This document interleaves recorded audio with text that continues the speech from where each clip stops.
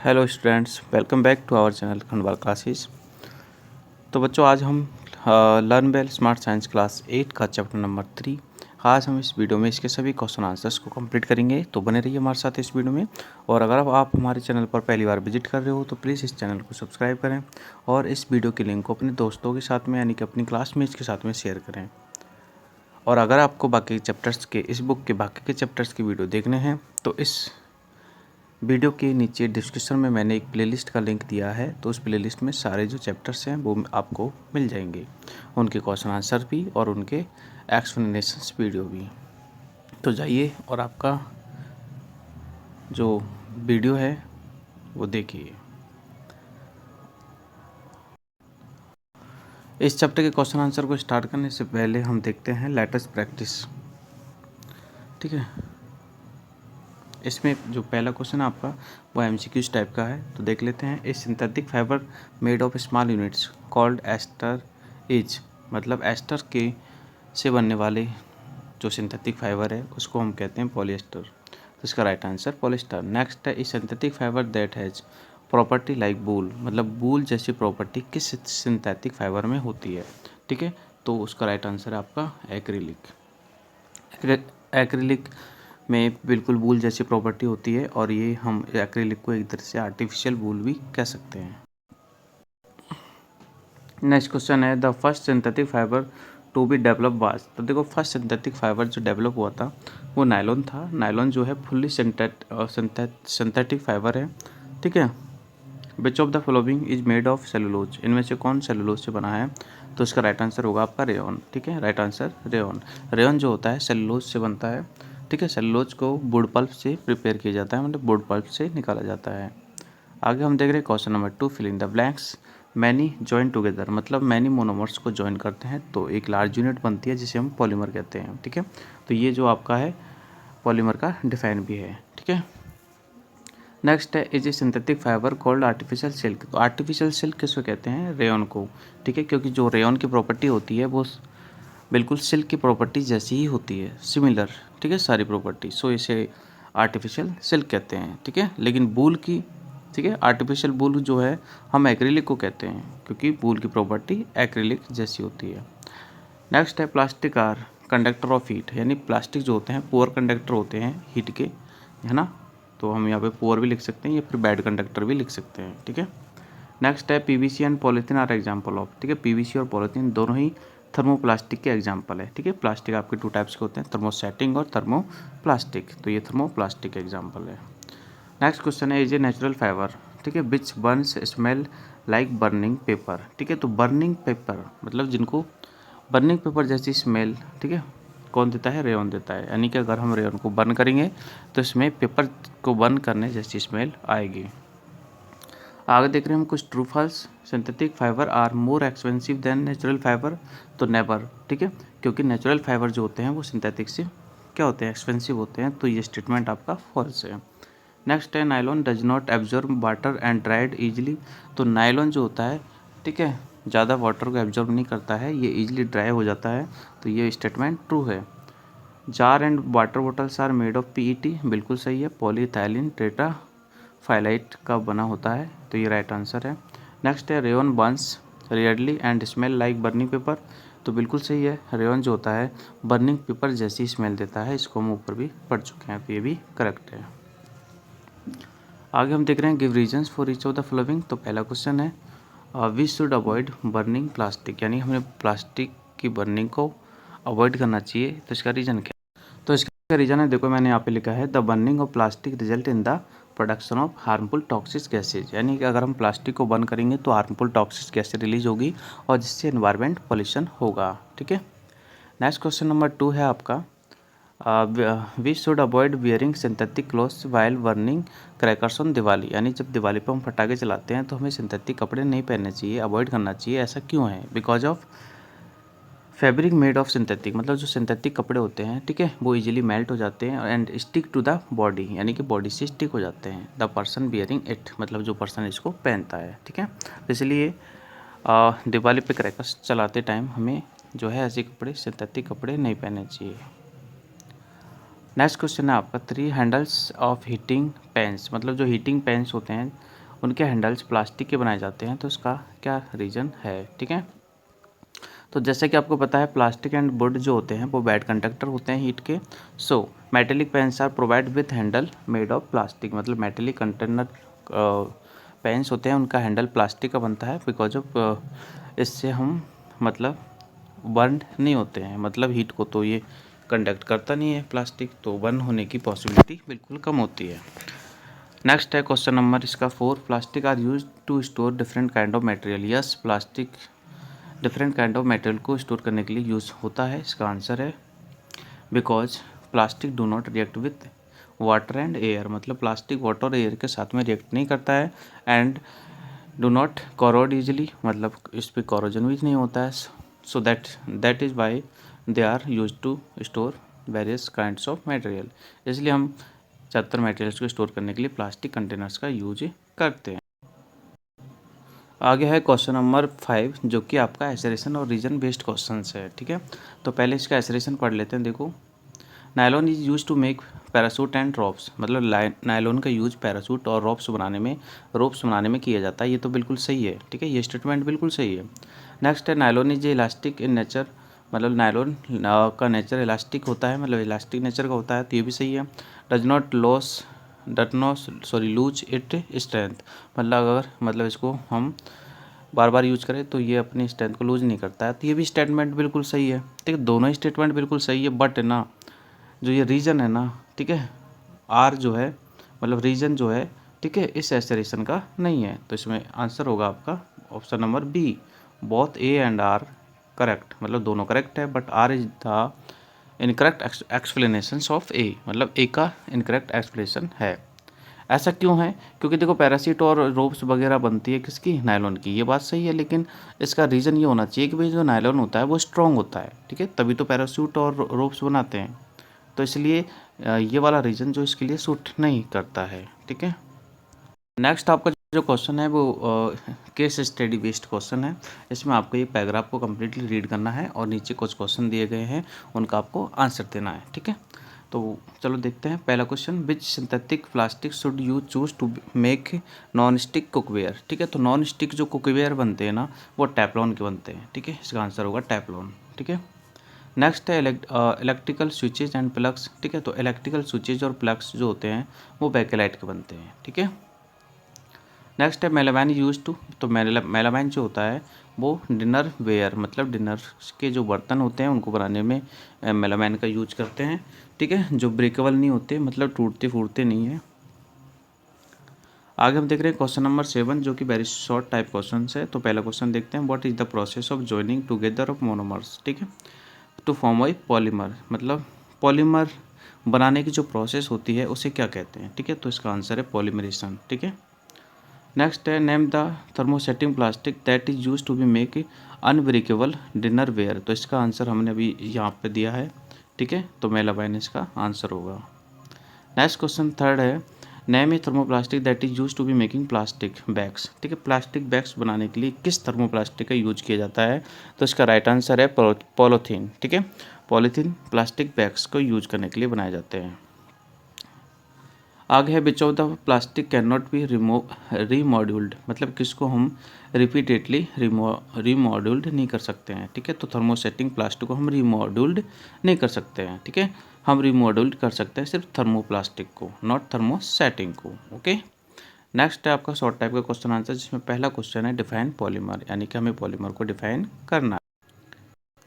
तो देखो इसका आंसर मैंने ऊपर लिखा है कि synthetic fibre are made of chain of small units called monomers, मतलब सिंथेटिक फाइबर जो है स्मॉल यूनिट्स होती हैं, ठीक है, जिन्हें हम मोनोमर्स कहते हैं, तो उनसे बनते हैं, ठीक है। तो ये आप लाइन लिखो तो ठीक है, ना लिखो तो ठीक है, बट यहाँ से लिखना a monomer can be compare to a bead a string, मतलब ये भी कोई ज़रूरी नहीं है लिखना, ठीक है, यहाँ से लिख लेना आप, तो many monomer join together to form a large unit is called polymer, ठीक है, तो ये आपका आंसर हो जाएगा मैनी मोनोमर से और पॉलीमर तक, ठीक है। सेकंड क्वेश्चन हम देखते हैं, सेकंड क्वेश्चन है हमारा write two properties of Lycra, मतलब लाइक्रा की 2 प्रॉपर्टीज लिखनी है। So it is make to suitable for making swim suits, मतलब जो स्विमिंग के सूट्स होते हैं वो लाइक्रा के बनाए जाते हैं, तो ऐसा क्या है, तो पहला देखो, some properties of Lycra are is softness. पहली बात तो कि लैक्रा जो होता है वो सॉफ्ट होता है और इलास्टिसिटी होती है, मतलब रबड़ की तरह जो लैक्रा है वो स्टिच होता है। तो ये दोनों प्रॉपर्टी आप लिख सकते हो, मतलब ठीक है। तो यानी कि आप यहाँ से लेके यहाँ तक ही कर सकते हो, इसको ज़्यादा करने की ज़रूरत नहीं है, और पूरा करो तो पूरा भी कर सकते हो। नेक्स्ट क्वेश्चन थर्ड है, write two disadvantage of synthetic fibre in daily life. मतलब डेली लाइफ में जो सिंथेटिक फाइबर के कोई भी 2 डिसएडवांटेज लिखने हैं, ठीक है।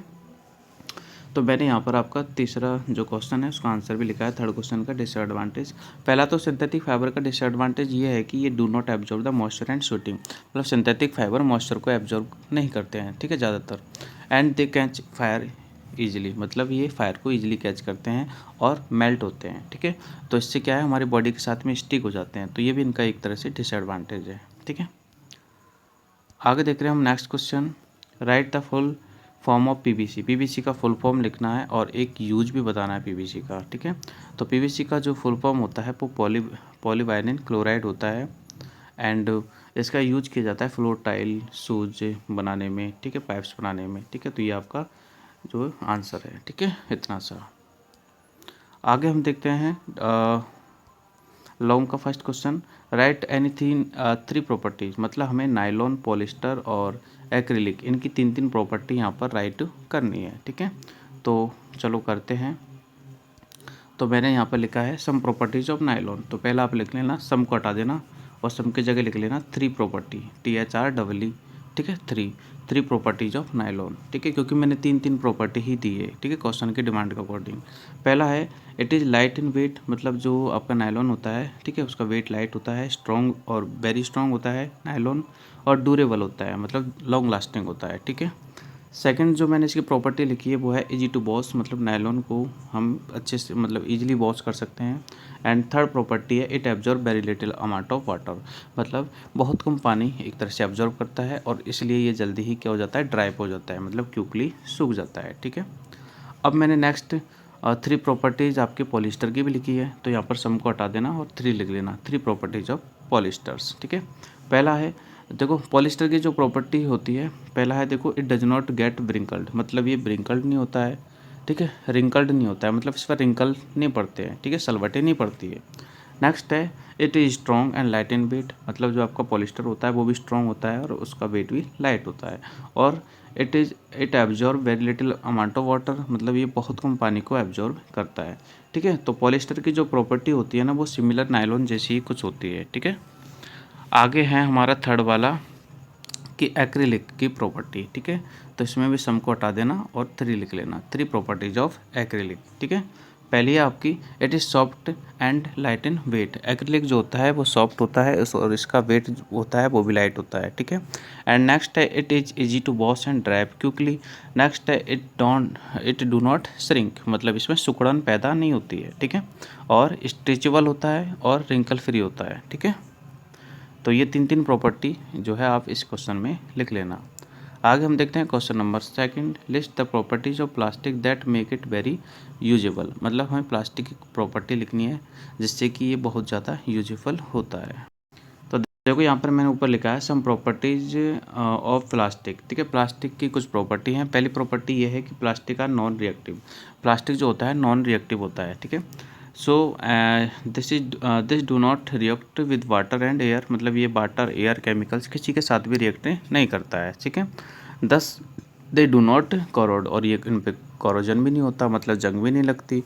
And due to this reason plastic are useful to store different kind of material, इसलिए हम प्लास्टिक में अलग अलग तरह के मटेरियल को स्टोर कर सकते हैं, ठीक है। तो पहली प्रॉपर्टी होगी नॉन रिएक्टिव की। सेकंड प्रॉपर्टी है plastic are light and strong, मतलब प्लास्टिक लाइट वेट के होते हैं और स्ट्रॉन्ग होते हैं, ठीक है। और इसी पर्पज़ के कारण प्लास्टिक्स का हम ज़्यादातर यूज करते हैं, ठीक है। थर्ड प्रॉपर्टी है प्लास्टिक कैन बी ईजिली मॉड्यूल्ड, मतलब प्लास्टिक को हम ईजिली मॉड्यूल्ड कर सकते हैं, मतलब रिशेप्ड कर सकते हैं, ठीक है, और अलग अलग शेप में बना सकते हैं, रिसाइकिल भी ईजिली कर सकते हैं। नेक्स्ट है plastic are cheaper than material use to be same purpose, मतलब कि अगर हम प्लास्टिक की जगह अगर हम मेटल्स के कंटेनर को परचेज करें तो प्लास्टिक जो होता है वो बिल्कुल चीप होता है मेटल के कंपैरिजन में, ठीक है। इसलिए ये जो है हर लोगों मतलब हर पीपल का फर्स्ट चॉइस बना हुआ है। नेक्स्ट प्रॉपर्टी अगर हम देखें तो प्लास्टिक जो होते हैं बैड कंडक्टर होते हैं हीट के, तो ये भी आप लिख सकते हो। नेक्स्ट है प्लास्टिक जो होते हैं इलेक्ट्रिसिटी के भी बैड कंडक्टर होते हैं, ठीक है। मतलब हीट और इलेक्ट्रिसिटी को प्लास्टिक जो होते हैं अपने में से पार नहीं होते, मतलब पास नहीं करते हैं, फ्लो नहीं होने देते हैं, ठीक है। तो ये आपका सेकंड क्वेश्चन था। अब देखते हैं हम question number third. Question number third है हमारा distinguish between the thermoplastic and thermosetting plastic. मतलब थर्मोप्लास्टिक और थर्मोसेटिंग प्लास्टिक में आपको डिफरेंस बताना है, ठीक है। ये आपका टेबल इसी का आंसर है। थर्मोसेटिंग प्लास्टिक को दे कैन बी रिसेप्ड, मतलब थर्मोसेटिंग प्लास्टिक को हम रिसेप्ड कर सकते हैं यानी कि रीमॉड्यूल्ड कर सकते हैं, ठीक है। बट थर्मोसेटिंग को जो है हम रिसेप्ड नहीं कर सकते हैं, ठीक है। नेक्स्ट है they become soft and get deformed on heating. मतलब थर्मोसेटिंग को अगर हम हीट प्रोवाइड करते हैं तो ये डिफॉर्म हो जाते हैं, मतलब इनकी फॉर्म चेंज हो जाती है। बट थर्मोसेटिंग में ऐसा नहीं होता है क्योंकि थर्मोसेटिंग मेल्ट नहीं होते हैं, ठीक है। और थर्ड है PVC polythene are the examples of thermosetting, जबकि थर्मोप्लास्टिक के एग्जांपल है पीवीसी और पॉलीथीन, जबकि थर्मोसेटिंग के एग्जांपल बैकेलाइट मेलामाइन, ठीक है। ये दोनों एग्जांपल्स हैं। तो ये डिफरेंशिएट आपका कंप्लीट होता है। आगे हम देखते हैं क्वेश्चन नंबर 4। तो क्वेश्चन नंबर 4 है why are the plastics considered as environmental hazard. मतलब प्लास्टिक को एनवायरमेंटल हैजार्ड में कंसिडर्ड क्यों किया गया है, ठीक है। तो इसका आंसर हमें देना है।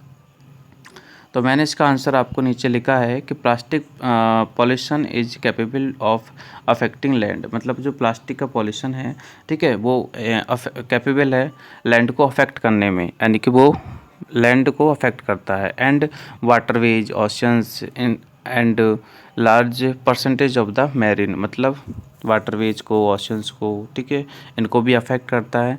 And land creature have died, और इससे जो है हमारे जो लैंड क्रेचर है, मतलब लैंड ऑर्गेनिज्म है, ठीक है, इसको ईट करके जो है मतलब मर जाते हैं। Due to this fact the plastic is non biodegradable, ठीक है, बिकॉज प्लास्टिक नॉन बायोडिग्रेडेबल है, ठीक है। तो ये एक तरह से हैजार्ड है, ठीक है।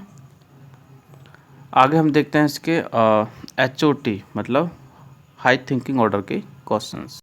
तो हाई थिंकिंग ऑर्डर के क्वेश्चन में हमारा जो पहला क्वेश्चन है वो है why does rayon smell like burning of paper. मतलब रेयन जो होता है, ठीक है, जब हम उसको बर्न करते हैं तो उसमें जो स्मेल आती है वो पेपर के बर्न करने जैसी स्मेल आती है। तो इसका आंसर क्या है, ठीक है। तो नीचे इसका आंसर लिखा है because of rayon is obtain from the wood. मतलब रेयन जो होता है वो वुड पल्प से ऑब्टेन होता है, और वुड पल्प अपने आप में क्या है, एक नेचुरल सब्सटेंस है, मतलब, ठीक है। और जो आपका पेपर होता है, ठीक है, पेपर भी वुड का बनता है और रेयन भी वुड का बनता है। तो कहने का मतलब दोनों ही वुड के बनते हैं। इट मीन्स दोनों का रॉ मटेरियल क्या है, सेम है। इसलिए दोनों को जब हम बर्न करते हैं तो उनकी जो स्मेल है वो पेपर जैसी आती है, ठीक है। सेकंड क्वेश्चन है suppose you have 100 kg of unused paper plastic bags. मतलब आपके पास 100 kg प्लास्टिक बैग्स हैं। How would you dispose them so that they do not cause any harm the environment. मतलब हम इनको कैसे डिस्पोज करें कि हमारे एनवायरनमेंट को बिल्कुल हार्म तो ना करें। तो मैंने नीचे इसका आंसर लिखा है कि यू कैन रिसाइकिल। मतलब हम इन प्लास्टिक्स को रिसाइकिल कर सकते हैं या फिर हम किसी को दे सकते हैं, ठीक है। मतलब जो लोकल जो रिसाइकलर्स होते हैं उनको दे सकते हैं, ठीक है, रिसाइकलिंग सेंटर पे जमा करा सकते हैं, ठीक है, जिससे कि वो दोबारा रिसाइकिल हो सके, ठीक है। या फिर हम जो है घर पे, ठीक है, कुछ क्राफ्ट्स बना सकते हैं, ठीक है। तो इस तरीके से हम इनको यूज कर सकते हैं them so they do not and up in landfill, ताकि ये लैंडफिल में ना पहुँचे, ठीक है। तो मतलब प्लास्टिक का हम इस ढंग से यूज करें कि ये पॉल्यूशन को कॉज ना करे। तो बच्चों इस प्रकार से आपका जो चैप्टर है इसके क्वेश्चन आंसर कंप्लीट है। और अगर आपको बाकी के चैप्टर्स के वीडियो देखने हैं तो इस वीडियो के डिस्क्रिप्शन में प्लेलिस्ट का लिंक है, आप वहां से जाके किसी भी चैप्टर्स के क्वेश्चन आंसर देख सकते हो और एक्सप्लेनेशंस वीडियो भी देख सकते हो। तो प्लीज़ इस चैनल को सब्सक्राइब करें और इस वीडियो को जो है लाइक करें। मिलते हैं नेक्स्ट वीडियो में, तब तक के लिए बाय।